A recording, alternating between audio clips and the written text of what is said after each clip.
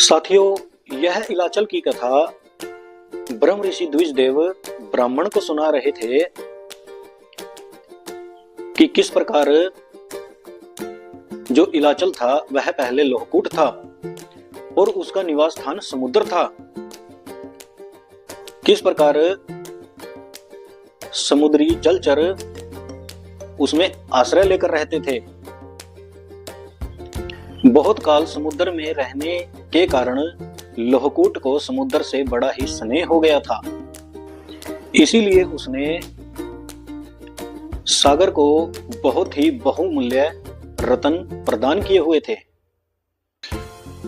इस लोहकूट पर्वत को भगवान विष्णु में भी बहुत ही भारी आस्था थी। समुद्र मंथन के समय इसी लोहकूट पर्वत ने अपने अंतर से निकालकर भगवान श्री विष्णु को अमृत भेंट किया था। इसी से प्रसन्न होकर भगवान श्री विष्णु ने लोहकूट पर्वत को अनेक प्रकार के वरदान भी दिए थे।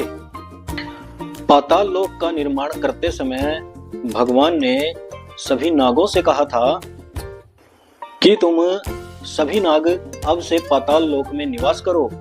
भगवान की आज्ञा पाकर सभी नाग पाताल लोक में निवास करने लगे थे, परंतु वह भ्रमण करने के लिए कभी कभी पृथ्वी पर बाहर आ जाते थे और अनेक बार वह वापस लौटते समय रास्ता भूल जाते थे, इस पृथ्वी पर भटक जाते थे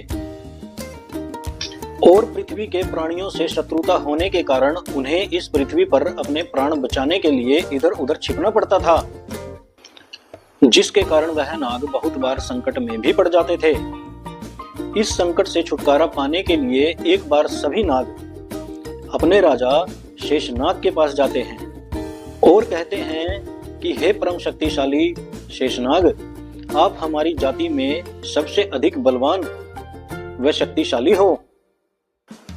आप हमें कोई ऐसा उपाय बताइए कि जिससे हमें पृथ्वी से लौटते समय पाताल लोक तक जाने में कोई कठिनाई ना हो और अपने प्राणों की रक्षा के लिए हमें बार बार इधर उधर छिपना ना पड़े, क्योंकि हमें पृथ्वी से पाताल लोक तक जाने का मार्ग स्मरण नहीं रहता। हे परम शक्तिशाली नागराज भगवान शेषनाग, आप भगवान श्री विश्वकर्मा से कहकर हमारी इस समस्या का समाधान करिए। हम आपकी शरण में हैं।